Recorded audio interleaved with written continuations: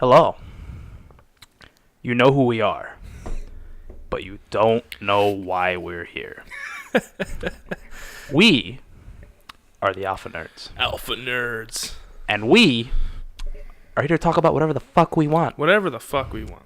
So, me, the brown mang, and him, the light mang, are here to talk about whatever games we're playing, if we're going to conventions, generally just whatever the fuck we want. Whatever the fuck we want. And I know you're probably wondering, when are these fucks going to upload? That's also whatever the fuck we want. Whenever the fuck we want. Because the Alpha Nerd Podcast is a fucking privilege. Fucking privilege. Pull your privilege card, Pedro. So I am Pedro Dark Temptation Carrasquillo. I am joined straight from the Hershey factory by Seth White Chocolate Slykehouse. Oh! And we are the new dynamic duo in gaming podcasts. 1, 2, fuck you. So, with that being said, welcome. So, Seth, I'm going to start today. How you doing, buddy? A lot better now that we're recording this, Pedro. Thank you very much. I'm doing very well. So, I'm glad to hear that. Yeah. I'm glad to hear that. You seemed a little tired today. Yeah, I mean, we had a busy night last night. Yeah. And we were out doing shenanigans all night long. Love the shenanigans. Yeah, they were good shenanigans, but I just couldn't wake up today. I had to wake up early to go to karate. I threw out my sleep. Saturdays when I go to karate, I threw out my sleep schedule quite a bit. So Karate on Saturday. I like the Saturday karate. Seems like it would get the blood going, get the mind right. The guy that had the dojo before me had karate at 8 a.m. on Saturday. Fuck that. That was rough. No, that was a rough that's time. That's not okay. Yeah. Because there's very few things I like doing at 8 a.m. on a Saturday, and getting punched isn't one of them. Yeah, it was you had to wake up at like 6, 7 o'clock and no. Also, it would remind me. Remember two-a-days in football? Be at practice at like 7:30, and you just be hitting somebody, and like you're like a half hour ago, I was laying in bed. Yeah, I was like, this is fucking stupid. Yeah, this not okay. Yeah. Not okay. God damn it. Morning practice, especially like in the summertime, was always really weird for me in football. I don't know about you, but it was I hated it. It always felt wrong. I could never get used to that. Yeah. There was like dew on the ground. Yeah, it's just not okay. Like everyone else is sleeping and you're fucking awake, getting screamed at, hitting a sled. Yeah. But some fat guy standing on it. Yeah. Because every line coach was always a fat guy. Never. You know, your line coach was never in shape. Yeah. You always had that build that was like, maybe 40 years ago you were in shape. Yeah, but no. But no, you let yourself go. Mm-hmm. So, betas, we are going to get started with the festivities today. Seth, what you been playing, buddy? Oh, boy. So I brought this stack of games with me. Because lay it on me. We'll go from oldest to newest, right? Okay, we can do that. You brought me back into the fold with Yakuza 0. Or, I'm sorry, Yakuza Kiwami here. Because I bought this because of this glorious steelbook that it came with, and $30. I was like, this seems like a good entry to the Yakuza It's a fantastic deal. The steelbook is fucking sexy. It looks good in your collection. And wouldn't you know it, they got me. Yeah. I was like, hook, line, and sinker. This seems like a good intro to the Yakuza series, and wouldn't you know it, it sure is. Yeah.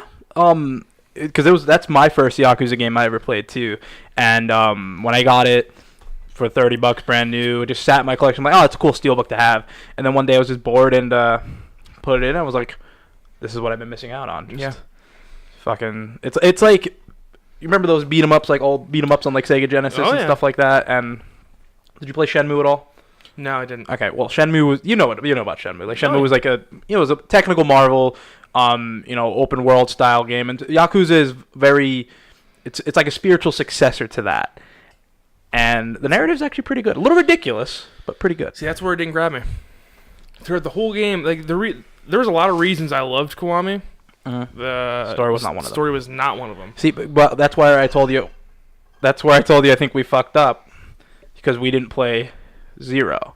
Now that's the next game I want to talk about because I beat Kiwami, loved it, had a great time with it, jumped right into 0. Mistake. I just wanted more. You know? Okay. So I was like, I was trying to jump into other games. I was like, I really just want to trade some more hands on I really corners. just want to play more Yakuza. Which, if you guys don't know, the combat in Yakuza is one of the reasons I fell in love with that because it's not so technically refined, but it is fun. I wish they would. Add auto targeting though. That'd be one that I probably would like. Yeah, because when you're just throwing hands in the air, it's not very fun. Yeah. I don't like that. So there was that. But I did jump right into Yakuza 0. Same problem. Yeah. The beginning of the game is just bland. Yeah. It's because, like, the stories, to be completely honest, like, they're not anything to write home about necessarily. I mean, they're entertaining to me, but, yeah, they take a little while to get going. Yeah, the Kiwami, as I was stating earlier, I put down. Yeah? I put down, and I didn't pick it back up until you were like, you know what, I think you should give it another chance. And I respect you greatly. Well, because, like, every time I was playing through this, in my head, I'm like, Seth would, like, this is a Seth Stockhouse game. This is a game that, just right up your alley. It was. Yeah, and you were right about that. It's fun. It's got, like, cool side missions. I really like the combat, like we said, and just I found the narrative to be fun with Kiwami. I wish I would have played Yakuza 0 first, because I think this game would have kind of made a lot of this stuff in there. Well, so what I found out when I Googled this Kiwami was that they actually reworked the story to tie more into 0. Yeah. And it's like a 1-for-1 remake almost of the original Yakuza game. It's so good, like shot for shot, like even like the cinematography is like spot on. Yeah, it's so good. Like that's a real true remake. Right Sega put a lot of passion into it, and that's one company I don't fucking trust anymore. As much as it wounds me, you can't. It's Sega. You can't. And like them. they, for some reason with Yakuza, they seem to hit the nail on the head there. They baited us. They honeydicked us. Made us their bitch.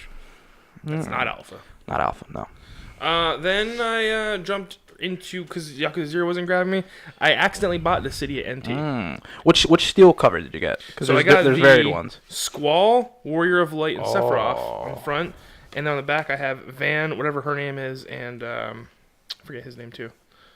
Yeah, that's X-Death. That's Shantato or whatever her name is. She's from 14. No, yep. 11. I think it's 11. Yeah, she's from 11. Yashnada, whatever her name is from 14. Mine had, I think, Lightning, Cecil, and I can't remember who the other one is. Yeah, but all the steelbooks are varied, so some of us. There's 3 different covers. There's one that's rare though. I forget which one it is. Already. Yeah, I know. Already we got the rareness. Yep. And I know we've both been playing this. Yeah. It's weird because I don't know if it's just because I haven't jumped into anything else, but I'm not really enjoying my time with it. I'm just not playing it. Yeah. You know what I'm saying? Yeah, like with my time with the Cydia, it's just kind of like I kind of feel the same way. I'm not necessarily like loving it, but I don't hate it enough to like put it down. Yeah. This is one of those games I get like when I just find myself sitting on my couch bored. I'm just like, well, the Cydia's in there. I guess I'll just play the Cydia now. Yeah, you can pump out like a good 20, 30-minute play sesh. Yeah, I just really fucking hate the way the story progresses. Like, I'm not a fan of that. My theory is, so for those of you who don't know, the story progresses by you playing other modes, getting tokens, and then going to unlock the different scene in the story. Yeah. And there's a lot of story sessions to unlock, but my theory is that the reason they did that was because if they didn't, you were going to be able to pump out that story in like an hour and a half. Oh, absolutely. Yeah. And I mean, it gets you to learn the game and like gets you to kind of, get good in case you do want to go online. I'm not an online guy. No. I don't really get online. I'm a big Dissidia fan. Like, I had the ones on PSP, and I really liked those. Yeah, and those were dedicated pretty much single-player games. Now, I think where Square fucked up is because they were trying to tackle. What I was looking into is they really wanted to tackle the team-based arena fighter, or like the team, like almost like Overwatch type, like the arena team combative market. I feel like that's a swing and a miss there. People who play Final Fantasy don't want that. No. They want that good story. Like, the reason the first 2 Dissidias worked so well was because it was a love letter to Final Fantasy fans, and you got to see these characters mingle and mix, and what would happen if Cloud fought Cecil, And we got to discover that. And this one, I think they fucked up by making it 3v3. Yeah. I don't like that. Not a fan. It's too chaotic. Yeah. And I think they fucked up by focusing on arcade and online. Because my thing is, like, I know there are like actual Dissidia arcade cabinets like in Japan. Yeah. And I don't know how I'd feel walking into an arcade and like Final Fantasy is not the like I'm like I'm not really. It's like I'm trying to figure out how that even works. Because I'm not sure. Was there 6? I think so. Yeah. Things set up. Mm-hmm. I think so. Like I've seen like videos of the arcade cabinets, and there's always like a bunch of them in a row. So And I'm not sure if like throughout Japan if they connect to other arcade cabinets and stuff like that, but Network thing. yeah, just because ideally you want like a Smash Brothers style Final Fantasy brawler. That'd be Yeah. sweet. And we've never quite gotten that, which Yeah. because like you have the bravery system and all that stuff. It's a little convoluted to get into. I think it's cool when it's 1v1. I think the first Yeah. two Studio games did it right. I think the bravery system is refreshing and it's cool. It's a gamble because it's a gamble. Like should I use my bravery now or should I try to build more and take him out in one shot? Because that happens. You can build it up in a rate in a row. You can take him out in one shot, but there's just not enough single player content there. And the thing that drives me crazy is there's a lot of really cool unlockables, but getting money in this game takes forever. Yeah, you were telling me Oh that my it took you God. hours to get like what was it, 10,000 gil? Yeah, 10,000 gil is an outfit, and I've beaten the arcade mode now, which is, by the way, the only thing to do to get money if you're offline. Yeah. I've beaten it probably 10 times. Probably pulling in like 1,000 in an arcade match. But I am having fun experimenting with different characters. It's always fun to see like these characters in a not realistic, but how they're supposed to act instead of like the turn-based. Like that was my argument with Advent Children. Yeah, I could see that. Because not Advent Children, the Final Fantasy VII remake, because they said it was going to be like more action-based. Yeah. Bitch about it. I'm like, you guys don't understand that. Like, when these games were developed, There was no way they could be action based. yeah, the reason turn-based combat exists is because the limits of technology at that time. And I love turn-based combat, but Cloud is not supposed to stand 20 feet away, jump forward, slice, and jump back. Right. He's a fucking savage, I don't know about savage. But He's alpha. Cloud's alpha. I would say beta, but hey, that's just an opinion. Agree to disagree on Yeah. that. Who is the best alpha male in Final Fantasy? Because there's a couple of guys who fit this bill, but like it may not always be people you agree with. Like I think Balthier, fucking alpha. I agree with that. Yeah, I believe Balthier is an alpha. I'm trying to think who else would fit the mold of alpha. A lot of the characters are just kind of... I feel like Zidane, alpha. You think? Yeah, because here's my theory on that. Because Cloud, no. There's no way you can sit there and... Based off his personality, absolutely not. Because that's what I'm basing it off of. Because, like... Even... Because if you go based off their powers, they're all equally strong. Because, like... You don't think his whole, like... I really don't give a shit about you. Like, I'm just trying to be a mercenary and, like, make some money. It's just pretentious. Because, like, he was like... He had memories that weren't even his own. If you recall. Yeah, okay, so... I think Zack is alpha. Kicking that aside, he wanted to be this soldier...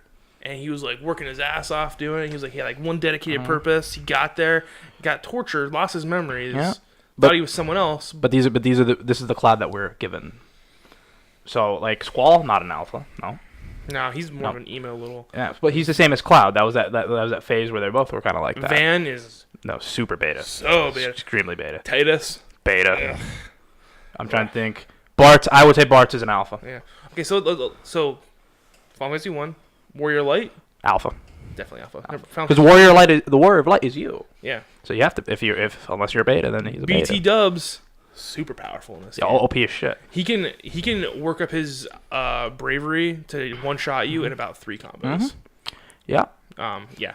So I would say Furion, beta. Fucking beta male.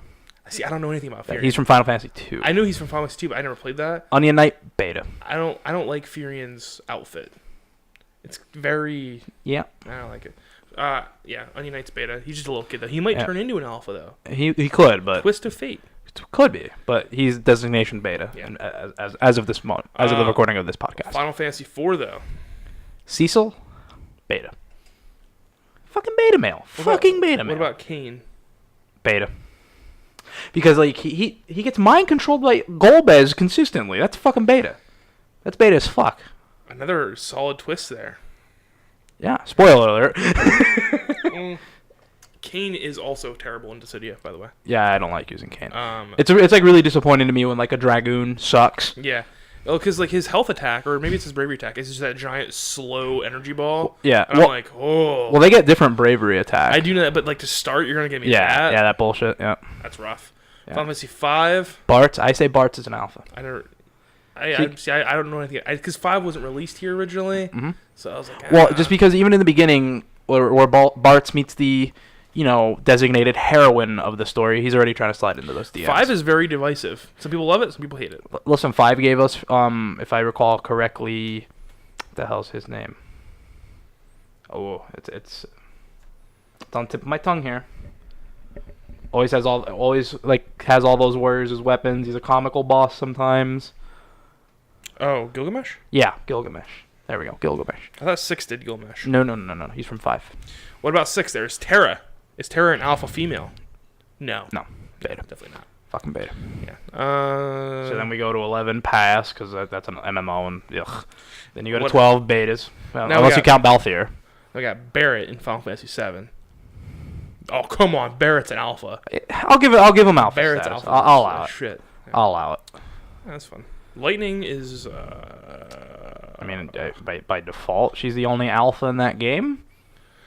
Yeah, but I think Lightning's pretty alpha. Yeah, I would say so. I mean, she's like a female Cloud. Yeah, she's pretty cool. Female Cloud. Noctis, fucking beta. Sorry. I really love Lightning. Like, I love Lightning's character.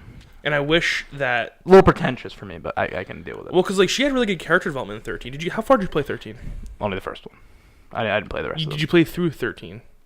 Till about the end. I got to the final boss and never finished it. Okay. We're going to revisit 13. We will do that. I'm okay with that. Soon. Okay. There's a surprise coming your way, Pedro. That's reassuring. There's a surprise. There's a surprise. We like surprises here. Seth's got a big surprise. 13-2 is good. The story's really good. So, Null, beta or alpha? Don't remember. I'm getting alpha. I get strong beta vibes. I get beta, definitely. The beta, if you will. Yeah, my beta is going off real hard. But Lightning, though, I love all those games. I really do. I mean, I don't. That's a hot fucking take. I don't love. That's controversial. I don't love the original 13, but 13-2 and Lightning Returns. They say 13-2 is good. 13-2 is really good. Lightning Returns gets a lot of hate for some reason. I don't know why. Because it's extremely hard. Lightning Returns is extremely, extremely hard. Oh, so it's challenging. Well, the thing is it's challenging, and you have 13 days to complete it, or the game resets. Well, hang on, because why does like Majora's Mask get away with that same bullshit, but when Square does it? You know why, Pedro? Fanboys, maybe. We call that in official terms the Nintendo bias. We don't know anybody like that. But especially in Georgia. The thing with Lightning Returns is they took a different approach. So the story of Lightning Returns is that you're summoned back to the world after dying. It's like 500 years later is Lightning. That's upsetting. And your goal is the world's ending. Your goal is to save the souls of the people. So basically, the story is told in blocks of each day. In between each days, you're going back. You're talking with Hope. The story's unfolding. During the gameplay, though, there's not really any story. It's It's all world building. It's like, okay. I'm doing side quests, and the more side quests I do, the more stronger I become. Okay. But if you don't finish the game in 13 days, it resets. Ugh. Back to day 1. Because on day 13 by default, you fight the final boss. Okay. It's the reason I liked Lightning Returns so much is because first off, I thought the outfits were really cool. Like she has a lot of really cool outfits and weapons and stuff. And I know this is completely off topic, but it was so different. I had never played an RPG like that, and I get so tired of like the typical RPG tropes. Yeah, so it was refreshing. It was like a palate cleanser. It was very refreshing, and the combat. I heard the combat's good. The combat, I will live and die. The best in the Final Fantasy series. Ooh, that's a hot fucking take right there, bud. Now, when I went back and played Final Fantasy 15, they had redone the combat a little bit. How you liking that? I'm still iffy on it. So you don't even like? Have you tried using the different characters? No, because you can switch characters. Yeah, no. I haven't done that. But I'm an Ignis guy. You're an Ignis guy. His combat's really fun. Yeah, I don't know. 15 just didn't jive with me in any way. I thought the world was really cool. I'm a really big fan of 15. I like the 15. I know you are, Pedro. It's okay. We'll get you help. Because someday. Ignis, Alpha. We'll get you help someday for that. It's a sickness. I mean, it is a sickness. I'll agree, but I love that game so goddamn much. Well, but the second half is so bad. Okay, chapter 13 is bad. I think the whole second half, like that whole second half, is nonsense. Well, I mean, because you can tell it was rushed, and that's the frustrating part of it. Because like once you get to like the Kingdom of Tenebrae, which like you think like they even show you the screenshots where you're like, oh, this is a big lush kingdom, a lot of wilderness. You know, you take the train in, and that's it. You know what it reminds me of? The second disc of Xenogears. Ooh, without the story. That probably wounds you deeply. Yeah. Well, the second disc of Xenogears, like, I gotta finish Xenogears. They did it in the best way possible. They didn't cut anything out of the story like Square did with 15. Mm-hmm. They just told it in like a here's what happened in a text setting. Speaking while we're on the topic of 15, did you see that a Royal Edition is now coming? Yeah. Which I'm gonna buy because it's. You're gonna buy that even though you already have all that shit? Huh? Well, there's another Steelbook. I must have it. Must have it. That's a fucking rough situation there, buddy. Yeah, you know you're gonna buy it too, fuckface. No, I'm not. There's not a that single Steelbook is going to tempt you. You're gonna see it. Steelbook for 15. I know, but I want the other one. It's sweet. Yeah. You're talking to the guy who had like the ultimate stupid edition pre-ordered with the stupid statue. It was an action figure, actually, buddy. Well, who cares? Still. But the only reason I pulled out of that is because like they didn't even include the season pass, which. Yeah. What's with that? Collector's editions not including season passes. Fighters did that too. Dragon Ball Fighters. Yeah, it's fucking stupid. I think that's a money grab, personally. That's rough because you're already paying fucking right a dickload of money for dickload of money. A dickload of money. Not sure. For some of you, that could be a very small amount. Some of you, that can be like kind of, adequate. For some of you, that could be an exorbitant amount. I like that. That is subject to interpretation. That is vague. All right. So the last game I've been playing lately is Legend of Heroes: Trails of Cold Steel. Oh wait, what? Here's the thing. I have heard nothing bad about that game. I've looked at a ton of reviews online. I've seen nothing bad. So I just keep playing it. What one reviewer said was it doesn't really pick up until about the 15-hour mark. So what an asshole that guy is. Yeah, I just, man, like I'm playing through it and it's not. I wouldn't say it's a slog, but it's just not really interesting. So like I'm not hating my time with it. The combat's not fine. Loving it though. It's pretty ugly. It was a PS Vita game. Ooh.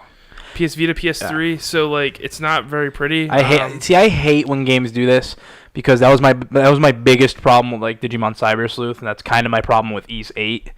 Where, like, they make them for the Vita, which, you guys who own the Vita, sure, congrats, but, like, they fucking ruin console games when they're made for Vita. Yeah, I agree.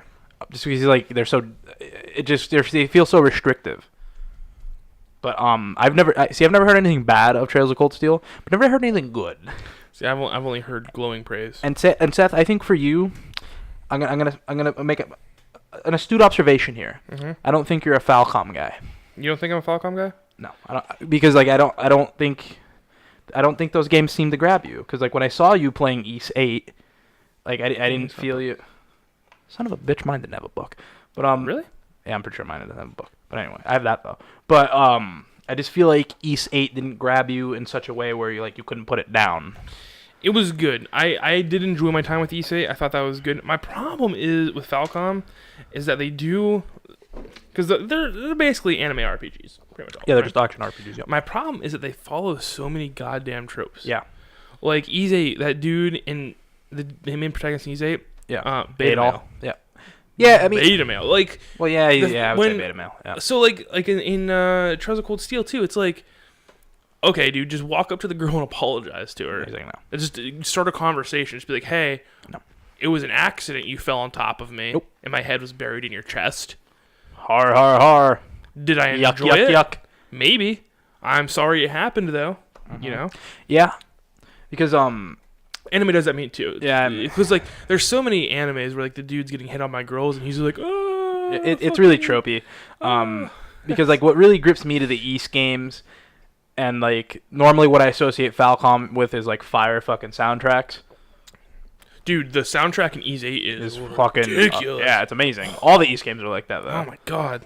Because, like, when I played Ys Books 1 and 2 on the Turbo, like, that's where, like, that's where my love of East kind of cemented itself, because the first East game I ever played was on the Vita, the Memories of Celceta, and I thought that was fantastic. And then like I'm like, oh, I didn't know East dated back to East dates back to the fucking Master System, to be honest. But like there's a turbo version that everyone's supposed to play. I'm like, all right, let me check this out. So I went on my Wii, on the Wii eShop, that still fucking works, by the way. Really? Yeah. And downloaded it and was blown away with the CD quality and everything like that. So, but yeah. I'm not giving up on it yet. It's actually running my PS3 right now. Also, beta move by Sony, not making the PS3 backwards or PS4 backwards compatible with the PS3 beta move because I know it was difficult to do, but like I hate turning my PS3 on and having to play it. Like holy shit, that's like frustrating. And I can't use my PS4 controller. You kidding me right now? Yeah, that's bullshit. Huh. Yeah. So, looks like you've been enjoying some quality games there. Been doing some work. Yeah, I've been doing some work. I've essentially been playing the same things in regards to like Dissidia, but I've also been playing a little thing we played today, the King of Fighters 14. I've been playing a lot of because I just recently discovered my love for the King of Fighters was reignited. You remember when we were at Walmart and I bought King of Fighters 12? Yeah. And I was like, oh man, I've been looking for this. Because like I've been wanting to get into not a Street Fighter-esque game, because like Street Fighter 5 wounded me so deeply with how disappointed I was. Yeah. So when I went to King of Fighters, I'm like, oh yeah, man, I used to love King of Fighters. Playing Fatal Fury on my Genesis and stuff like that. So I'm like, oh, this is sweet. And I went back and it was just like putting on a glove. It just fit perfectly. And with the team-based combat, it just changes up the strategy so much. Where you have to really. Who are you gonna play first? You're gonna play your worst character, your best character. You gotta look at the matchups. It's like a chess match. So like that's my favorite aspect of it is the 3v3, but it's like a series of one-on-one matches. So really, it's like it's a lot of strategy to it, and that's what I love. But it's quality. What do you think of the game, Seth? It's fine. It's fine. It's fine. Where would you rank it in your PS4 fighting game collection? Because you've been getting into the fighters recently. Yeah, I have.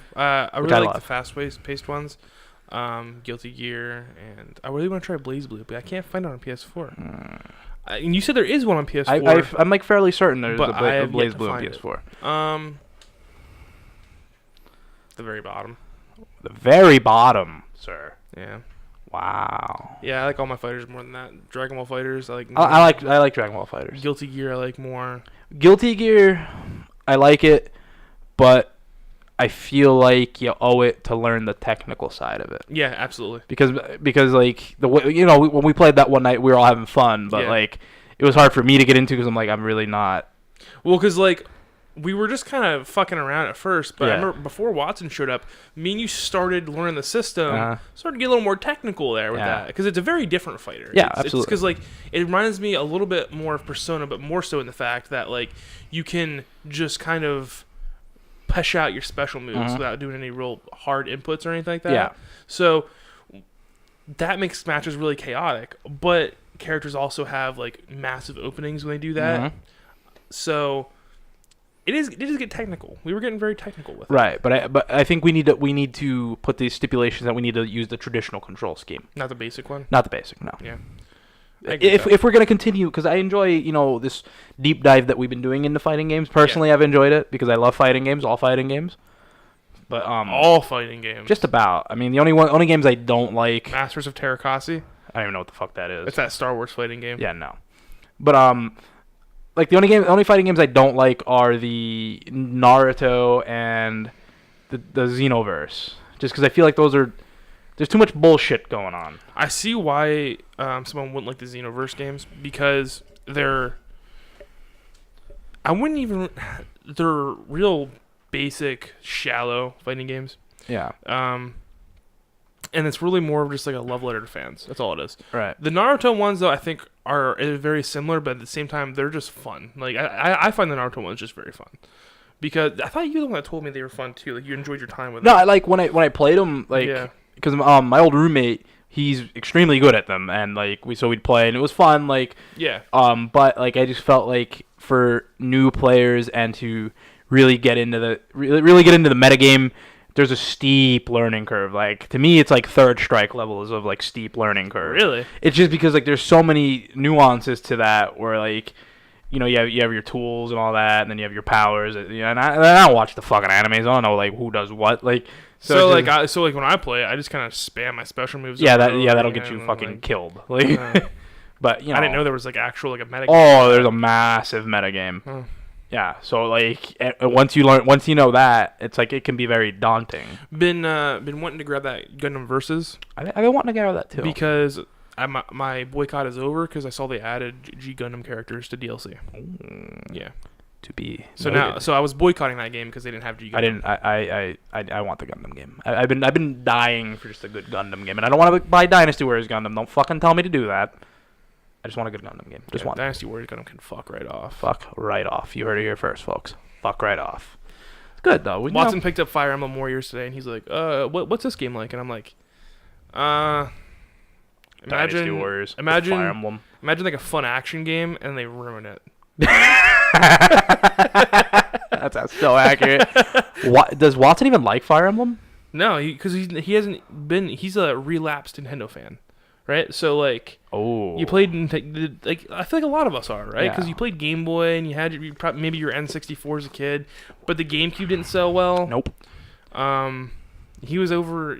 He wasn't overseas when the Wii was out, but like you kind of fall out of gaming. Like, I think a lot of us didn't really. Yeah. The Wii was not a hardcore gaming system. No. Your Graham had that, your mom had that. It was fun to play every once in a while. The Wii U, no one bought. So like the Switch is really like a good return to form for Nintendo. Oh, absolutely. And it's gonna sell well. It's already selling well. It's already outsold the Wii U. I hope the Switch doesn't really plateau though, because I can see that coming. I mean, well. So like they have a good year coming up. They have Bayonetta and No More Heroes coming up. Yeah. But like they already blew their wad with Zelda and Mario in the same year. Yeah, and Splatoon. So like they got Metroid Prime coming out, which that's not. Everyone's saying it may come out this year. There's no fucking way. I don't think so either. No Especially cause, like, fucking way. I think I remember an article last year about them like they're not even really developing it. They just now like the developer for that just now like got rumored got leaked, which is Bandai Namco Singapore. Yeah. So that's probably not coming out this year. No, which nor should it, because like I feel like you need to let that game marinate. And contrary to popular belief, Metroid doesn't move consoles. No, it doesn't. It never has. It doesn't really have a pulling weight. Nope. But so they have Metroid coming out to push for the Switch, and they have Kirby's coming out this year. So we got Zelda, Mario, Kirby's coming out this year, yeah. And then you figure the other big hitters are like Metroid and Pokemon, Smash. then. Oh yeah, Pokemon will sell units. Yeah, that'll move units. They don't fuck it If up. it's a traditional Pokemon game renewed for the home consoles. Yeah, which I think that's the move to make, but you never know. If it's something like Coliseum again. Ooh, I liked Coliseum. I liked Coliseum too, but it wasn't that. It wasn't what you wanted. Yeah, no. Big Pokemon. It had potential. Yeah. It had the potential. But I've always said, the developer Game Freak, they already said to temper your expectations for that. And I've said for years the reason that never happened was because those guys are unable to do it. Yeah. The only things they've really made are Pokemon. Mm-hmm. And they made those 2D Pokemon games. So you're going to try and take this studio that's pretty much used to making 2D games, and you're going to blow them up to make a giant 3D Pokemon world. It's not going to happen. Right. Which I hope they somehow get Monolith Soft to help them out. Yeah, that'd be nice. Because that Monolith helped design the open world for Breath of the Wild. So my prediction for 2018 is Nintendo shows a trailer off for that this year, and there is a massive bitching on the internet. I bet. Because there's no way that game's going to be what people want it to be. No. But there is a really cool aspect, which I forget who the lead designer in the other Pokemon games, I forget his name, but he actually made a comment a couple of years ago, they're like, why have we never gotten a traditional big open world console Pokemon game? Because, we've had the technology to have it for years now. Oh, yeah, absolutely. And he's like, I want Pokemon to have that be portable, so you have that sense of adventure and stuff like that. You're going all over, you're on vacations, and you can play Pokemon, so it feels like you're adventuring. Yeah, it's kind of a bullshit excuse. But here comes the cool part, though. Because you eventually want Pokemon to be so well known that it'll bridge generation gaps, which we're the generation that Pokemon started with. So we're gonna be there's gonna be guys and girls our age when they see teenagers being like, oh, what are you doing playing Pokemon? And we pull out our Switches. Let's go, buddy. Yeah, I think that's going to be funny. I think they have to chill out on the releasing new generations of Pokemon, though. I can't do it anymore. I agree. I can't handle that. I can't do it either. It's too much. No, but if they give me a remade version of Red, I'm in there. I'm balls deep. Balls deep in that. Oh, yeah. Good. So we've been playing some quality stuff here, Seth. Oh, yeah. But now we're going to move on to the main topic here. Main topic discussion. The main morsel. The big boy. Yeah. The main scuttlebutt, if you will. Hit me. Oh, I'd like to. So, you're a fan of the Shin Megami Tensei series, right? Sure am, buddy. Okay.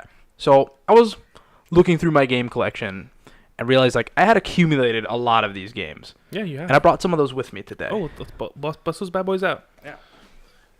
So, I like how you're prepared for this, even though we didn't really know if we were going to do it today or not. I'm always prepared, buddy. He's always ready. Some could say that means I'm always scheming and plotting, but I say prepared. I think you are scheming and plotting. I'm always. So, I'm just going to set some of these out here. You showed me this before. Mm-hmm. You've seen that. You showed me that. If, ladies and gentlemen, if you're wondering what that was the If Super Famicom. Yeah, if you want to just like show them as I put them out. Shimigami F. Not F. If. Not F. So here's some of these. Is that F a repo? Nope. That is actually a Super Famicom cart. We have Devil Summoner Soul Hackers. 3DS game. Never played that one. I haven't played most Shimigami games, to be fair. Shimigami 4. I'm just gonna start pulling these out. The worst in the series, Shimigami 5. That's actually 4. I'm sorry, again. Shimigami 4 Apocalypse. Worst in the series? This one looks cool, though. Really? Worst in the series? Yeah. There's some bad games, Shimigami, but that's the worst. Nocturne, Shimigami 3, the last 3D Shimigami main title, for some reason. Yeah, I'm salty about that. Will always be. Digital Devil Saga 1. Never played it. It's supposed to be good. Devil Summoner 2. Jesus! I told you, I had accumulated quite a bit of these. Devil Summoner, the original one. I want to know what these games are like. They are, think of Devil May Cry in Shin Megami Tensei style. That sounds amazing. That's sealed too. Those are sealed. This is a rare sealed game. Digital Saga 2.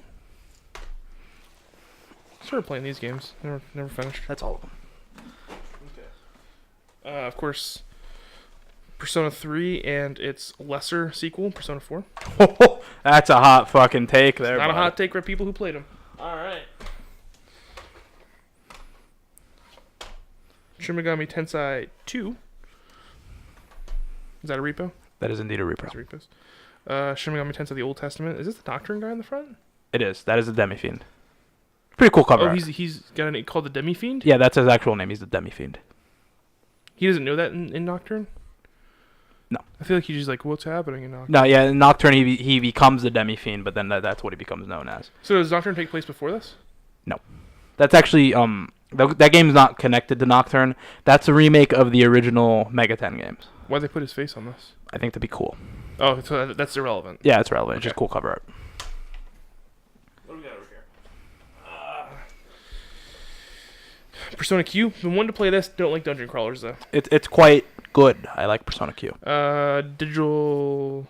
No, just Devil Survivor Overclocked. This is just a strategy game, right? Yep. It's the Fire Emblem of the and then series. Devil Survivor 2 Record Breaker. Sequel. Are these good? Yeah, they're very good. I enjoy them. My problem is that I don't want to play the games on my 3DS. Yeah, that's a point. That's a point of contention. Yeah. We got, of course, Persona 5 over there. Yep, we've got Persona 5 over here, the original Super Nintendo Shin Megami Tensei cart, and those two games Seth is holding is Digital Devil Story 1 and 2 for the Famicom. For the fucking Famicom. That's rough. That's old school. That is fucking OG. So my thing, Seth, so again, like I've amassed quite the SMT collection here. How close are you to 100%? Nowhere near it.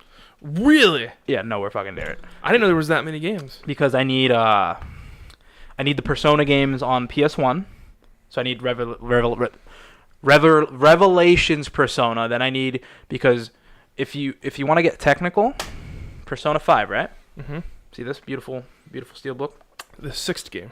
Yeah, it is the 6th game because Persona 2, Innocent Sin and Eternal Punishment came out in 2 halves. Yeah. Which I still just fucking, they don't understand why they did They that. hacked it.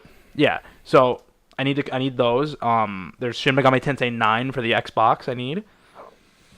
What? yeah. There's a Shin Megami Tensei 9 for the Xbox. It's American? an MMO. No. Oh, it's an Japanese. MMO. Yeah. Jeez. Yeah. Figure that shit. Then I need trying to think what else I need here. I need the Majin Tensei games, which are like RTSs. And like, have you ever played like Front Mission? No. They're like, well, they're similar to those. And then, but then they keep announcing new ones. Like, so we're getting I need the Strange Journey on DS. Then the Strange Journey remake that's coming out on 3DS. Shin Megami Tensei 5 that's coming out on Switch. And then there's a bunch of Saturn games that are extremely rare. That are like $200 games. So, but the reason I'm bringing this to the forefront because we both seem to be fans of this series. Yeah. But what attracted you to this series? My YouTube channel. Your YouTube channel? Ooh, do tell. Yeah. So, back in the day, OG JS Fights YouTube channel, circa 2011, I would put up questions being like, what game should I play next? Looking for a good PS2 RPG, right? A lot of people commented Nocturne. So Nocturne is my entry to the SMT franchise. Oh, fuck. Someone fucked you right in the ass. Damn it. Damn, I was like so attracted son. to, because I love Devil May Cry, so I was so attracted to like Dante. Okay, that makes sense. And being in the game, and like, So did it wound you deeply when he, like, you're not even level 20 yet where he just fucking wrecks your shit real quick? Yeah. That's beautiful. I didn't get, I forget, I got decently far into Nocturne, where at some point I was just like, you know what? This is some bullshit, and just quit. Cause like, Did you ever finish Nocturne? no, I have not. You never finished Nocturne. No, because like it was just like this fucking is rough, man. And I just wasn't. At some point, like you start losing so much progress that I'm just like I'm not really enjoying this. So did you ever recruit Dante into your party? No, never got that. Dante, you can get Dante. I know that. Yeah, I do and he's know a that. savage. Yeah, I heard. So there was that, and then Persona 3 was introduced to me by a friend I worked with at GameStop. Who shall not be named. No, we can name him. He's Brandon. Okay. He's a good guy. Never mind. And I started that. That was also a recommendation on my YouTube channel. Loved Persona 3. Then I started going into the series a little bit, investigating it. I was recommended Digital Devil Saga 1 and 2. At one point, I had a good amount of Shin Megami games. I still do have the box set of this. Yeah. With the plush in it. That's still sealed. That Jack Frost plush there. Yeah, it is Jack Frost. And I had Digital Devil Saga 1 and 2. At some point, I got rid of all of them. I have Persona 3 and 4 on PS2. So, did you know there's a really rare version of Persona 3? I did. Yeah, with the sleeve. Yeah, and the sleeve, all that. The book. There's the PSP version's also rare because like it has the female protagonist route on there. That was the first introduction to Persona 3 I had, and I was like, "Well, this sucks." Oh no, because you can't like open roam in the world or anything. So me, my first ever Shin Megami Tensei game, because I remember I went through a phase where I refused to play Final Fantasy games. You were done with it? I was done after Final Fantasy X. Like I hated like when I originally played Final Fantasy X, fucking hated it. Fucking. I you loved 10. No, I didn't like 10 until I played it years later. So like because when Final Fantasy X came out, I was 11 years old. So to put that into context. Yeah. So you're not gonna understand what's going on there and really get it. Yeah. But so I was playing series like I was really into Grandia. I was really into other series, and then like I was at GameStop one day, or those of you who are familiar with New York, it was called Software, etc. That's interesting. Yeah, because you remember GameStop before it was GameStop was like EB, Software, and then GameStop. So like the one I went to was called Software, and on the shelf discovered little Digital Devil Saga, and just like the dark tones really resonated with me. I'm like, this game is sweet. So one of the things I think is very interesting is that these games have an M rating, when by today's standards, they're T for teen, they if would anything. certainly be T for teen. Yeah. But then so I played this one to completion and beat it. And then kind of just fell off from the series. Like I always knew, like I've actually never played Digital Devil Saga 2. Then I just fell off to the series. And then when you and I met, you had told me to play Persona 3. And while I liked Persona 3, there were certain aspects I didn't like. But like I finished it, and you told me to get the FES version, which I don't really know why you'd get any other version besides this version. I feel like the original version is probably more rare. Yeah, I would assume so. but you know, I really like the social aspect. I didn't like the combat that much though, because like you couldn't control your own party members. That drove me fucking insane. Mitsuru just casting Tentrifu Yeah. over and over. Right, because like, you know, in the other games, like you could just control your party members. So I'm like, Yeah. what the fuck is this bullshit? Yeah. So, and then, you know, because at the time you could get these games for about $20 brand new on Amazon. Yeah. You still can, I think. So, then when I played Persona 4, my love for I really like Persona 4. First off, I hate the color yellow. That is scattered everywhere in that game. Second, story is like non-existent in that game. I wouldn't say that. I enjoyed the story. I hate all the characters. Do you, Seth? Yeah, I really do. Except for I like Yusuke. Yukiko. I like Yusuke a lot. No, But then, there you go. speaking on him, because this drives me nuts with Persona 5. We have a Yusuke and a Yosuke. What the fuck they're thinking? That is gotta be the fucking dumbest decision I've ever heard of. Yeah. Like, And they're like the same character. can you imagine when they make Persona 5 Arena, and if it ties into all this bullshit? Yeah. You're gonna fight Yusuke versus Yosuke. The funny thing I think is that they do copy the characters pretty much. Oh yeah, they're all tropey, super tropey. Yeah. So like you get like the badass like silent dude, then you get like the fucking super annoying like best friend. Yeah. The romantic love interest that The Lover's Arcana. yeah, which is Lover's Arcana. What's up, Ann? So Hit me up, girl. yeah, but then with these I don't know, these work like the Persona series is, to a lot of the mainline fans, isn't really what SMT is all about. But No, they I put that series on the map. Without these two games, there's no Not in America anyway. no. But then I started, getting into the core of the SMT series, and that's when I discovered Nocturne. And Doctor, that is a sweet, sweet, succulent RPG. If you've beaten Nocturne, you have climbed the mountaintop of RPGs. No, because it's all about this. Right here. SMT2? This is Digital Devil's Story. Oh, I'm sorry. This is the Okay. Shin Megami Tensei Old Testament. Because this game right here, balls to the wall fucking hard. Like, Balls to the wall hard. balls to the wall hard. Like, imagine, having a nice grind session, Seth. Getting some levels, Yeah. building the money, Yeah. and then you fucking die. Yeah, okay. Imagine the penalty for death, because of course you didn't fucking save, because you're like, oh, I'm an alpha now. I've grown some levels. I've got a set of nuts now. I'm gonna keep pushing further into this dungeon, and then you fucking wipe. Because you and I know what it's like to wipe and lose your progress, but you beta males nowadays don't. That autosave bullshit or try again bullshit doesn't fly in these old school We're RPGs. spoiled with autosave. I Yeah. assumed that Yakuza Kiwami had autosave when I first played it, and I played for like 2 hours, and then just turned my console off, and then turned it back on, and it's just like, Sorry, buddy. he should have Yeah. saved. But so when you wipe, 50% Maka penalty. Okay. Like half your money. Okay. Half your money. So and to put that into context, you need the items and the weapons are expensive to get, and if you wipe, all your demons are dead and they cost money to revive. So essentially, there were times I lost 50,000 money on this, and it was rage inducing. And the more now, it sounds like you could game the system by buying items You could. beforehand. But you could, but again, you because the weapons are very expensive, so Yeah. you need to grind a lot, and it costs money to get these weapons. Obviously, you need mag in order to even keep your demons, and it costs money to summon demons. Oh God. Okay. So Yeah, very expensive. yeah, so that game will essentially fuck you right in the ass if you're not careful. Jeez. So while you say Nocturne would be the top of the mountain, I say if you can beat this game right here Well, because I think that's like the peak, right? and this game. There's peak difficulty, but I think there's a nice. You got your Final Fantasies down here, right? Maybe sometimes they get a little difficult, but not really. It's pretty much a coast ride.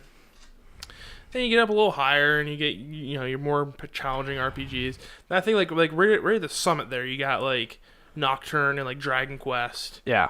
Those hard RPGs. Because the thing about Dragon Quest 8 also beating it quite a challenge. Yeah. I remember you start fighting those monsters and you're dying by random mobs in the first part of the game. Yep. And you're like, okay, now I've grinded a bit. Again, I'm an alpha. Mm-hmm. I go to fight the boss. Wrecked. Fucking wrecked. Just betas, yeah. Yeah, and that's what we are. We are indeed spoiled because like, but when I play these old school RPGs, it just scratches a certain itch for me. It's just like I don't know what it is, but like you feel like you've accomplished something. Like in this game, I've already killed the first boss in the first dungeon, the Minotaur, and I've slain Medusa on the way to fight Loki, and I keep getting wrecked. So I feel like I've reached the glass ceilings because no matter what I do, I keep dying. You gotta punch through. Yeah, it is a slog. But I just love these games because they're just so different. A lot of the stories really hit close to home. Like, and I like contemporary RPGs. Mm-hmm. Like I like RPGs kind of set in the modern world. Mm-hmm. That's a real good setting for me. Mm-hmm. Mm-hmm. Or I like one set in the future. I like that too.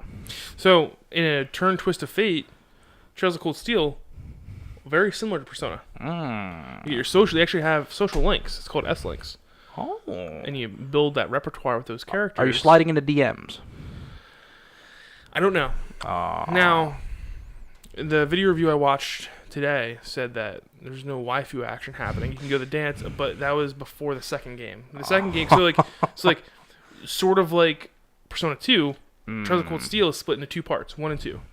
2 came out about a couple months after 1 in the United States, so like 2 could be where you slide into the DMs. Okay. It's the second half of the story. Yeah, you know? right. I need to get into those DMs. Very rarely you slide into the DMs in the first half of the story. True. So interesting.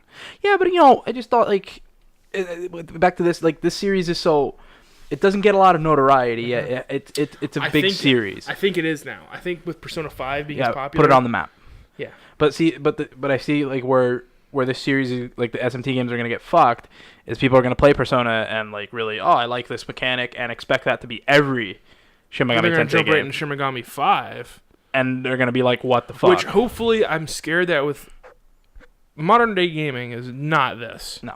I'm scared that Shin Megami 5 is not gonna be difficult. It's gonna be like a pretty average difficulty RPG. See, that's what I thought too. But like some of my favorite games are Shin Megami Tensei 4 and the follow-up Apocalypse. Because you fucks thought it was too hard and I don't like the art asset. Difficulty was not my thing. It was the art and the laziness of it. It fucking why 2D it's bullshit. a 3DS game, dude. They could have put 3D sprites in that 3DS. But there are 3D sprites. Not when you're fighting. I actually really like the artwork. 'Cause I like 2D artwork. I like the designs of them. I was just playing it and I was like, "Fuck, what is this? 94? Like, do we really need 2D sprites that are just hand-drawn?" I have an appreciation for them. I like it. But I thought the stories were good. The new mechanics in those games are great. My biggest gripe with Apocalypse though, fucking $50 3DS game. They come out normally at $40. But like I'm like, isn't Apocalypse just like an updated version of 4? No, it's almost like an expansion. Like think of like the Witcher. Sounds really awful. Think of the Witcher and like how they came what was it, Blood and Wine and like those other big expansions. Yeah, they were $10 and $20. Yeah, but like think of that and it's essentially that, but for like 50 hours worth of content. It's like a whole new story. So it's Persona 4 with the added expansion. No. It's a whole new story. Just the expansion. Whole new story. Like you have a whole new protagonist. You actually end up fighting the protagonist from the first half of. So it's like a sequel, not like an expansion. Yeah, it's like a. Okay, well, if the content's there. It's still $50 3DS game though. Like fuck, and it's still $50. Dude, I'll tell you what. Holding a 3DS makes me actually angry. Like I'm so tired of that console. I can't do it anymore. It's gonna die this year. Thank God, because holy shit. Which I mean, I still love my 3DS. I play my 3DS just about every night. Stop it. Why? Because you have a Switch now. I do have a Switch, but you have a PS4. I do. You're good. You don't need it. The DS system is just done. No, dude, it was around too long. There's still games coming out on it, buddy, that I need. It overstayed its welcome. Did you know Radiant Historia is getting a remake on the 3DS? That's a must purchase. Need that. But yes, alas, the Alpha Nerd Podcast embraces the SMT series. Indeed we do. It's got our stamp of approval. Play it. No, if you ain't too much of a beta. Alpha Zone. So we recently we had ourselves a little excursion this weekend, didn't we, buddy? Indeed, we did. So it was about Tuesday night. Was it? No, it was Monday night. I think it was Monday night. So I'm taking a shit, and an idea dawned on me. I'm like, I'm gonna Google arcades in Pennsylvania, and what pops up? This place called Timeline Arcade in Hanover, Pennsylvania. So I suggest it to Seth here and our other known beta male friend Watson. Mm-hmm. I'm like, boys, we're gonna go to an arcade. We're gonna have ourselves a little field trip. And so, to my surprise, they were on board. Yeah, they're on board. So we make the little was it 3-hour trek? Yeah. So we make the 3-hour trek to Hanover, and we discover this arcade. Which, by the way, can we put a pause on that story for a second? Hanover came out of nowhere. Yeah. We're flying down this back road, and then we come to this nice town, which the outskirts of Hanover Not so good. look like Shamokin. Yeah. Which is basically a rundown crack den. And you get to the inner Hanover, and I was like, this is a nice little area. All right. Do you regret that we didn't go get hot wieners? A little bit, because they had a giant neon sign with wieners on it, and I was like, man, if you're gonna be that bold, you gotta have good wieners. Yeah. I regret not getting the hot wieners. Yeah, because that Italian restaurant we went to that place sucked. Jeez, you're not gonna have ketchup bottles in your stands. Like, let's get real. This is 2017. Also, the bathroom key thing was fucking gross. Yeah, I'm not a fan of bathroom key. What was it called? Divinos or DeVitos or yeah, Service subpar. I would say 2.5 out of everything 5. subpar. Yeah, just like the food was like a little average to below average. So we regret not getting the hot wieners. My cheeseburger sub was literally just a cheeseburger cut in half and then put it in a bun. Like, well, and then the fucking shit they did was they'd give you numbers for like your order. Then they walk out like, who the fuck ordered this? Yeah. And it happened consistently. Yeah. So they couldn't see the numbers. Yeah. Also, they had a bar that didn't serve food. What the fuck is that bullshit about? Oh yeah, in Hanover. That was not Davino's. What the fuck was the name of that bar? Miscreants? I think Miscreation. Miscreation. I think it was Miscreants. I mean, that's a great bar name though. Yeah, it was like, if you bring your receipt from the arcade, you can go get 10% off your order here. And we're like, we'll go get food. And then we didn't even walk in. We just noticed there was no one eating anything. Yeah. But there was children in there, so I'm like, what the fuck are these people doing? Weird. Maybe they were serving children beer. Who knows? Doubtful. It's an interesting move. Yeah. So. Doubtful, but who knows? But we go to the arcade, Seth. Oh. What? Lay it on me, buddy. What did you think? So you walk up these stairs, and it's like pretty bland stairs. You see some cool posters, some cool advertisements for the arcade, and then you go up to the stairs and you take a left, and right in front of your face, boom! It's like nostalgic neon colors and screens lit up, and it's dark lit inside. It's $25 for a whole day pass. $25. You walk in, they have 150 arcade games, Pedro. And it's unlimited play once you go in. You can just play over and over and over again. And I'm like, I walk in, I'm like, because I wasn't too sure about it. Because like when we first got made the idea, I'm like, yeah, I'll go. It sounds like a fun day, but like I wasn't sure because I never really loved playing in arcades. I was like, yeah, we're talking like fighters, shooters, beat 'em ups, like 3 genres I don't really jive with, So I was not really crazy about them. But I walked in, it was like just like being a kid all over because I didn't realize how long it was since I was in like an actual arcade. We're not talking like fucking Hooplas or one of these bullshit like amusement park arcades. Like it was an arcade. We're playing with big boys now, So I go in and I'm looking at all these like super retro game systems. There was like Galaga there, Donkey Kong. But when I saw Tron, I was like, fuck. Yeah, you gravitated right to the Tron. I was like, I've never, ever even seen a Tron system. And I played it, and it sucked. But it was immediate really cool disappointment. Yeah, I was like, this is really bad. But it was cool that it was there. And there's a lot of games that use that twist knob. There were classic games with the twist knob. But they are really cool games. To the grace of God, they had the X-Men game. Yeah, that I always wanted to beat as a kid. And did you beat it? No, I got like halfway through before I got bored and moved on to something else. Yeah.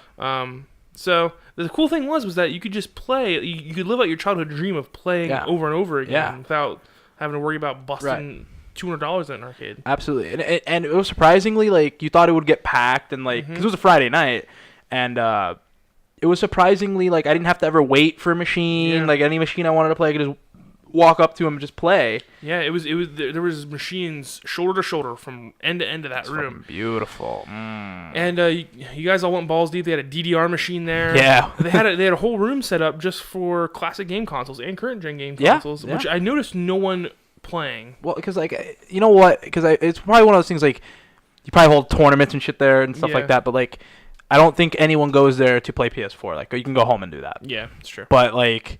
To get on the sticks and just like enjoy yourself some sweet arcade goodness. Now, one thing I'm going to complain about, I'm going to bitch about. I think I'm justified saying this. You can't have broken arcade machines. Yeah, that's not that's cool. Just immediate disappointment. When you have Marvel vs. Capcom right in the front when you walk in, and you had two sticks there and you tempt me with it, and only one works. That's fucked up. And the thing about that really broke my heart about that because like. At first, the reason I gravitated to that cabinet, because I saw Alpha 2. Oh yeah, it was. Yeah, my holy shit, doctor, fucking Alpha 2. Yeah. Like I've been dreaming of this day for years, and then when I swipe my card, Marvel vs. Capcom, I'm like, well, which is okay. But it broke your heart. But it did break my heart because I was looking forward to going through the arcade mode using Ken. Like I was gonna put in some work. Yeah. and that didn't happen. Yeah. Yeah, but they did have an alpha, didn't they? No, they did not. They had the original Street Fighter 2 cabinet, which, by the way, that game, whoa. That's rough, isn't it? Holy shit. Now you know why they put Turbo Edition in there. Yeah, but I'm just like, how the fuck did people even play that? Like, even when that was even in the arcades. I took a round from you. You did. Right off the bat. And I was like, whoa, this is Pedro's game. Yeah, that you did. The speed lowering it fits my reaction time. I was handicapped. Yeah. Well, and because, like, when you play with the arcade sticks, it's a different feel. It is. It's a different feel. I didn't like it. It hurt my hands. Yeah. My hands fucking hurt. My hand still hurts. Yeah.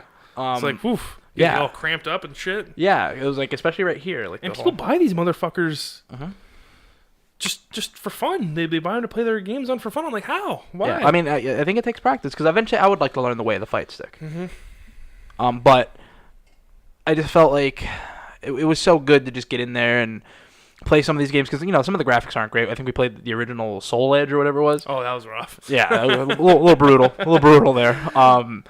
But what gravitated to me because I know I beat with Watson. I beat Time Crisis 2, which that's a good time. Shoulder hurts a little bit from that. That was because those games aren't designed for you to sit there and actually beat them. Yeah, no, right. So my shoulder started hurting a little bit. But me, Watson, and Robert beat the X-Men cabinet, which.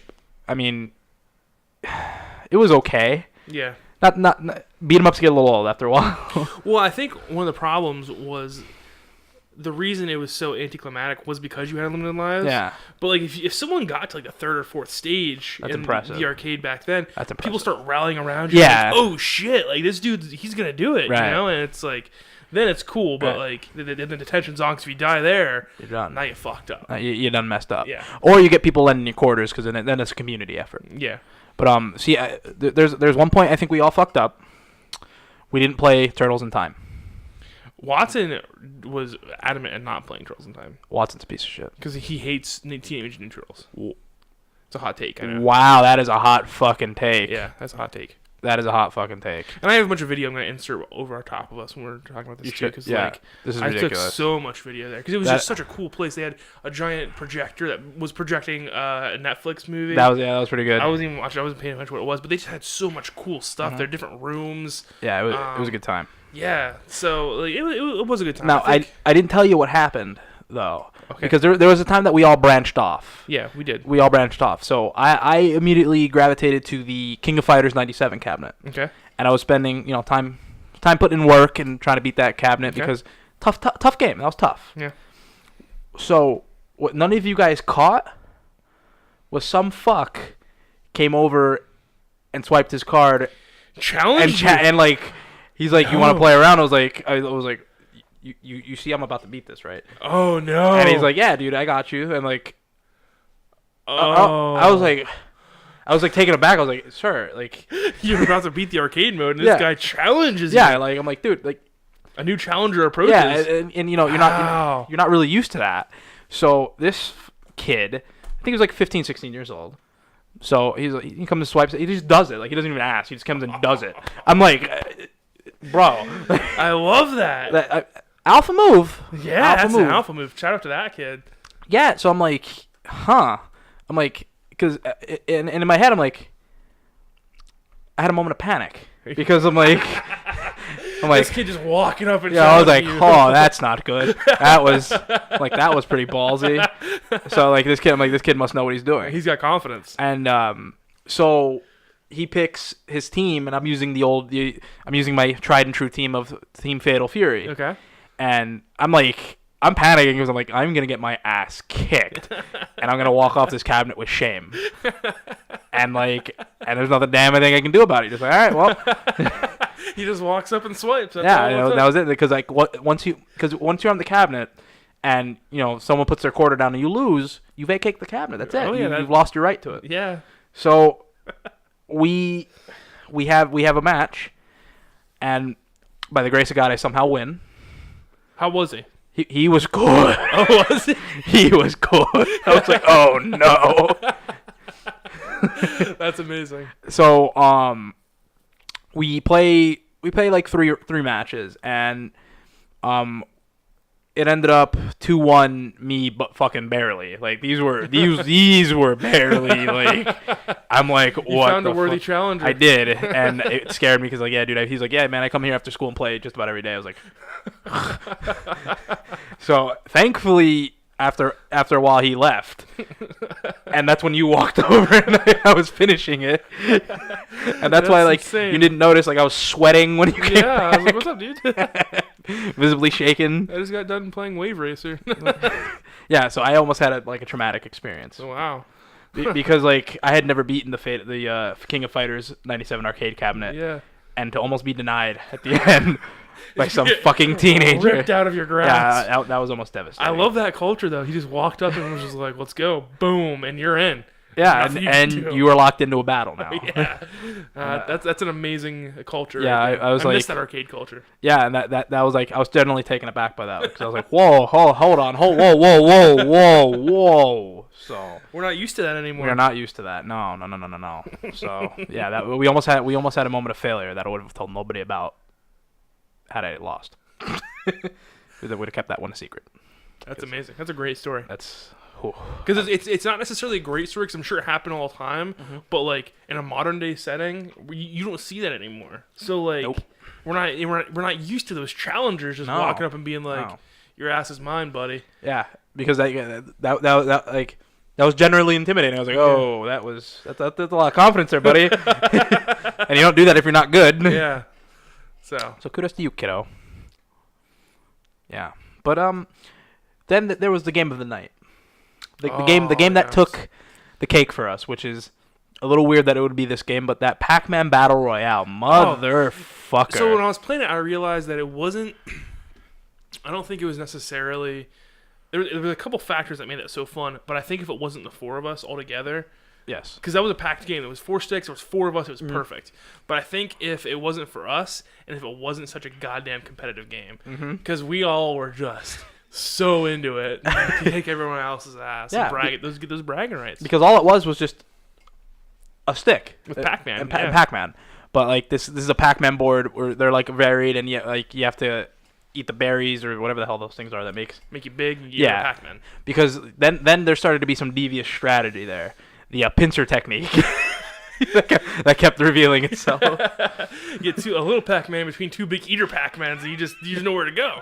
You're fucked. Yeah, because for some reason everyone was on that same wavelength. When there was 2 people chasing one guy, you cut him off. He was dead. Because it's a process of elimination. It's a test of will. Yes. And attrition. The last person standing wins. Now you can have any kind of strategy. Maybe you just sit in the corner and wait for the ghost to get the other guy. Yeah. Which I did several times. Maybe. I was victimized by ghosts many a time. But do you get the W? That makes you an alpha. You win by any means necessary. Call that camping, bro. Yeah. Well, hey. Some say legitimate strategy. Some say beta move. I would say we did a little camping on the island of Japan in World War II. That's fucked up. So that was a successful strategy. That was agreed. Yes, very very effective. But there also were those moments of betrayal where, actually, no, it wasn't even betrayal. Just Watson just being a fuck. Where we had agreed to do the pincer technique. We had made that mental connection. And then he booked you. And then he would just knock me out of the way. Yep. And multiple times saying, just scream, Watson, why? Why? It's a great game. It is really a great is. Game. It's a great game. Yeah, really good night all around. I think we had a great time. The unlimited play was awesome. I can see that place was not as busy as it deserved to be. Right. I can see that being a hot fucking place to go after school. Yeah. Oh, absolutely. You know, just go chill your buds. There's couches there. Yeah. You know. Also, games. the air hockey games were quite intense. Yeah. We had some intense matches of air hockey. I will say. We did. I didn't win a single one. I don't think. I'm not good at air hockey. You didn't win a single thing of air hockey. No. I'm not good at air hockey. It was me and Robert normally. Yeah. That was Robert gets real into it. I get into air hockey as well. I love air hockey. It's a good time. Yep, air hockey's good. My problem with air hockey is that I'm fine. It's just that when the puck gets behind my paddle, I always knock it. Every time. Yeah, and you are susceptible to the ricochet shot. Yeah, I am simply a ricochet shot. But I devised a good strategy against the ricochet shot towards the end when Putting Robert your was elbow down. Well, that too. That was a funny one. But I opened myself up, and I just when it comes in, I can time it to bat it away. So I'm not trying to defend the ricochet shot. I'm opening it up and batting it away. That's how we do that. It was a quality trip. Also, there was a nice retro game store down there. I think it was Vault Games. Prices are a little crazy. Yeah, a little steep. I mean, they know what their stuff is worth, I guess. So they're charging retail, which is at this point, certain games are steep. Yeah, I just think that the charging retail is one of the reasons that retro game stores are going to die. Because if you charge the same amount as your competitors, and your competitors are so their competitor is the internet. Retro game stores' competitor is the internet. Problem is, you can find any game, anytime, anywhere on the internet. Absolutely. So, like, there's no reason to go to the retro game store because if I want to pay a retail price, that's where I'm going. Yeah. So I think that's a big mistake with retro game stores, especially like if now you're taking your stuff and pricing it based on like GameStop. Yeah, you're trying to compete with GameStop. So like you don't compete with someone by pricing the same as them. No. I understand you're trying to get as much money as possible. Absolutely. But when you have a repo cart for $60, yeah, that's fucking brutal right there. Because I these are repro cards, but like some of these are off Etsy where they're about $30 to $5. Because all they do is wipe the game, load a new ROM onto the game, slap a label on it. That is not 60. You didn't make the fucking game. No. Like, you're just copying someone else's work. But there are also retro store or like shops on Etsy that like they make their own carts. Like this one specifically isn't a repurposed cart because you can get these shells. They're not the traditional shells. Like this one, if you feel it, is a repurposed one, where this one is actually different. If you can feel the texture, right? Yeah, the texture. Also, there's no Nintendo on the back. No, yeah. So like those are the ones I normally go for because I don't really like the cannibalizing carts. It's weird for me. I don't really like bad market. Yeah, but because like more because repro carts essentially they're glorified bootlegs, but they're fun to have because like normally you go for games that never came out, NTSC and stuff like that. But when you're charging like $60, that's fucking steep, man. Yeah. Especially because some of these repos have like fucking bugs in them. Like they're not exactly QA tested and all that stuff. So that's steep. When Elite Games started doing repo carts, I kind of freaked out on the show a little bit. I feel bad about it, but I was like, you got to be joking, right? Because like if it's one of the thing if you make the game, then you have odds to put $60 out there. Yeah. But if it's someone else's work, like Chrono Trigger Crimson Echo, someone made that, right? Right. And you're just gonna load that onto a ROM and then just sell it for $60? Yeah, that's a bit. Gotta be out of your mind. Right. Like, yeah. I'm not gonna buy that. I'm not gonna support that kind of behavior. Yeah, I get it. Copyright. You don't give a bad kid candy. That's what I'm saying about that. Yeah, but good. We had a good time at the arcade. So if you're ever bored and you live in the Keystone, check out Timeline Arcade in Hanover or York. There are two locations, so we have another arcade to look at. Now the York one isn't as big though, but I think it has better cabinets personally. Hopefully they all work. Yeah, hopefully. But good time, very good time. My thing was when I saw the broken ones, I almost got mad, but then I was like, who do they even call to fix this? Right. So it's like, some of these are like 30-year-old cabinets too. So like, come on now. So but good time. And then on our way back from Hanover, we finally, I guess, is that confirmed that we have secured a place to stay in Boston? Supposedly, yeah. So we are actually going to PAX East, and I wanted to bring this up because this is my first PAX. Mm-hmm. This is the Arcade Expo 2018. This is your second PAX? My fifth. Your fifth PAX. So you are a PAX veteran. I am a PAX veteran. So yes. my thing is like, walk me through, how does one prepare for the PAX? Because I've actually never been to a gaming convention of any kind. You guys are making a classic mistake. You're making a very classic mistake, and it's a mistake that I made. So I know where you're at, and I know that I'm not gonna be able to convince you otherwise. Because I do it every year too, except for this year. This year at New York Comic Con and PAX, I've made myself aware of the fact. You go there and you say, I'm not going to buy much. I'm not going to come home with much. Yar. Yar. And I know that me saying that isn't going to convince you. But Pedro, when I tell you that there is massive stands full of retro and import games, I'm talking, we're not talking elite game stands. We're talking the biggest retro game markets in the country. I'm not done yet. Mm-hmm. We're not just talking like, Sherman got me too. We're talking like the fucking raries. We're talking big boys. We're talking. Oh, I like this. We're talking Kid Icarus here, Pedro. Ooh. We're talking Tomba 2 type big boys, Pedro. Okay. Yeah, we're talking original Final Fantasy 2 from Japan type stuff, Pedro. So there we go. We're getting big boys in there. Because my thing is, why like I don't think I'll buy a shitload is because like while you say that's the biggest retro market, I know that like in the past even like because I'm in a fair amount of circles with collectors. Yeah. So like I've always been told like fucking avoid buying that shit at backpacks because like you're gonna pay convention prices. See, I don't agree with that though. From what my experience being there, you pay retail. It's retail, yeah. But it's so cool. You don't see other stuff like that. But there's also the other fact of the matter is, now I skipped last year PAX, but the year before that and all the years prior, you've got a lot of free stuff. I think the one year me and Rochelle walked out with a good 30 plus lanyards. I still have a spare lanyard set that I use to this day because like they get dirty. I just toss them out and grab one for my PAX fund.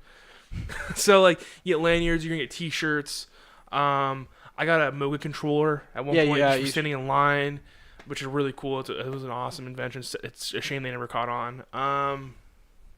Other cool stuff, like I actually got I have a statue at my dad's house of the Penny Arcade guy holding a cardboard tube, be like a cool little samurai. I bought that. That was awesome. T-shirts, scarves. They have a whole bunch of collectible pins and shit. Collectible cards. They do collectible cards against humanity every year.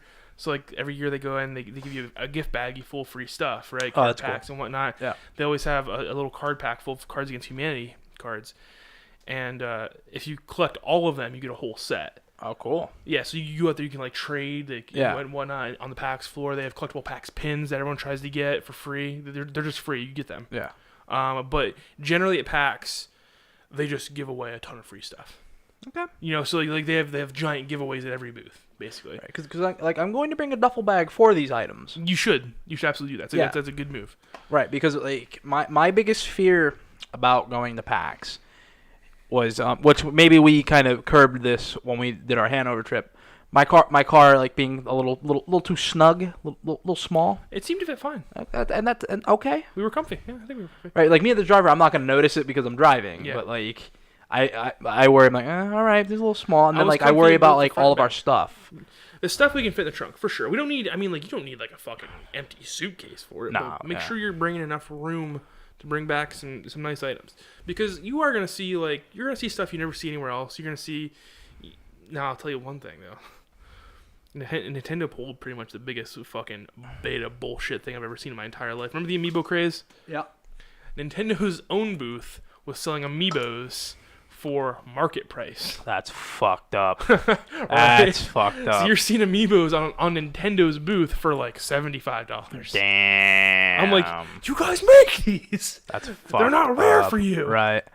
Damn. Which is what confirmed to me that Nintendo is aware of the amiibo market. Oh, absolutely. And they are feeding into it. And like, that's fucked up.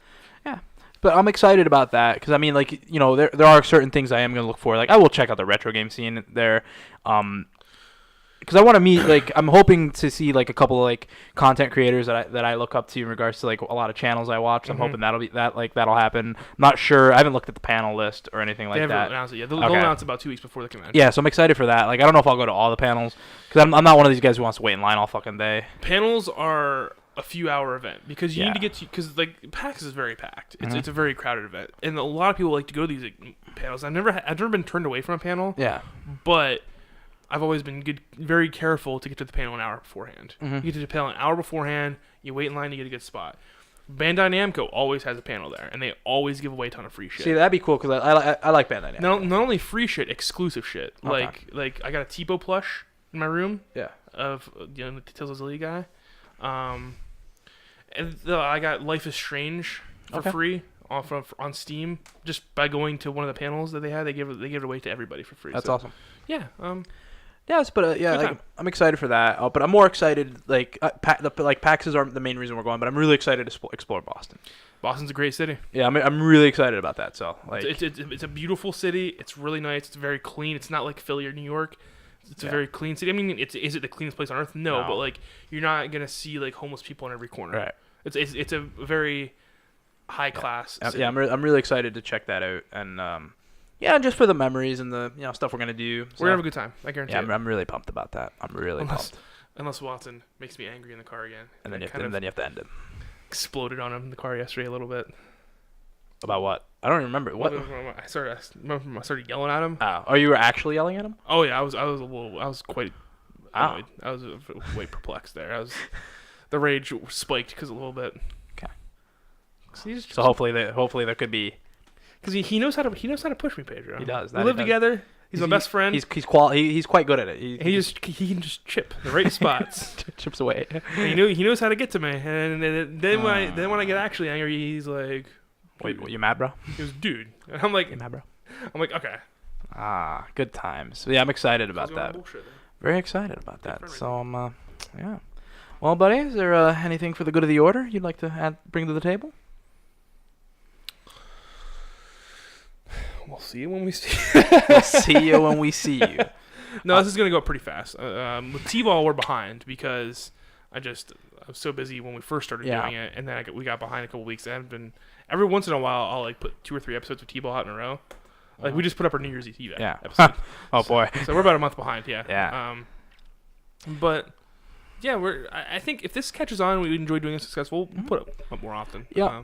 Yeah, so ideally, again, our upload schedule is whenever the fuck we want. Because, again, Alpha Nerds Podcast is a privilege. But if you're actually curious, it's probably going to be about monthly. Yeah, most likely monthly. But fuck you. It's a privilege.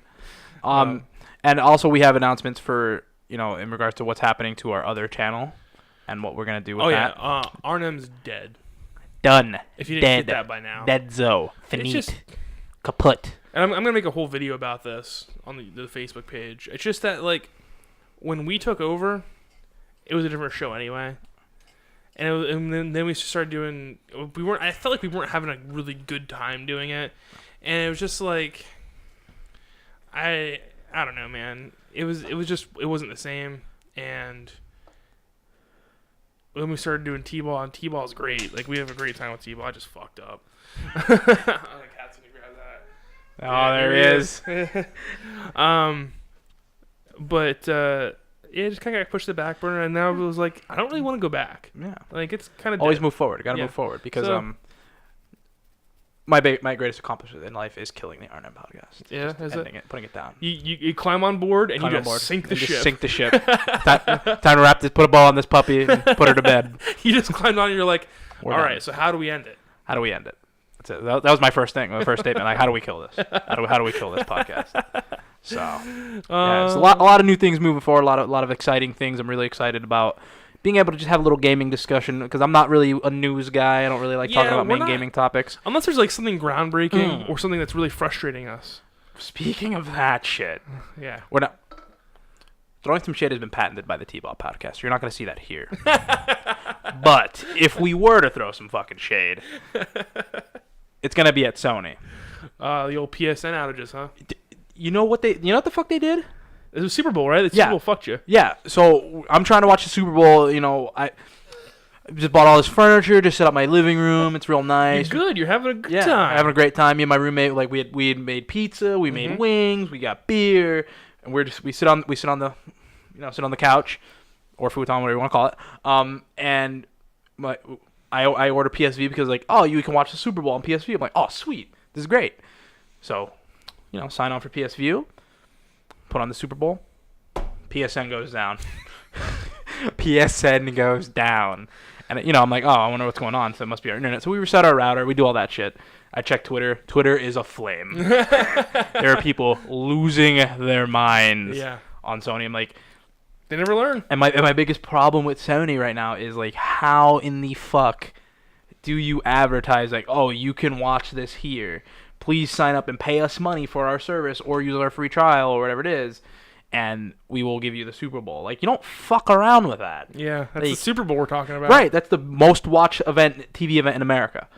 Until T-ball comes on the national TV. Absolutely. But, yeah, like, so what we had to do, I think I sent you the Snapchat where it was, like, when Sony fucks you on Super Bowl Sunday. So I had to pull my TV out of my room because, like, we originally tried to run the HDMI to my bigger TV that's in the living room, but for some reason, I think it was a resolution issue, wouldn't, like, render it or whatever it was, so we had to use my 32-inch Vizio. So I spent Super Bowl Sunday watching the Super Bowl on my TV that's was from my bedroom, connected to a fucking PC that was streaming it from NBCSports.com. That's rough. Granted, I enjoyed the Super Bowl, but you got it done. We got it done. And that's an awful thing to Sony, do. that's a major fuck you for that. It's a major beta thing to do, Sony. Yeah, so ending, of course, but they on that keep note. doing it, though. Like, I don't understand. I know. It's just their network is so bad. Like, well, didn't the PSN go down when Monster Hunter World came out? Yeah. And it just went down, like, yesterday, too, again. It's like... Going down for maintenance. It's like, dude...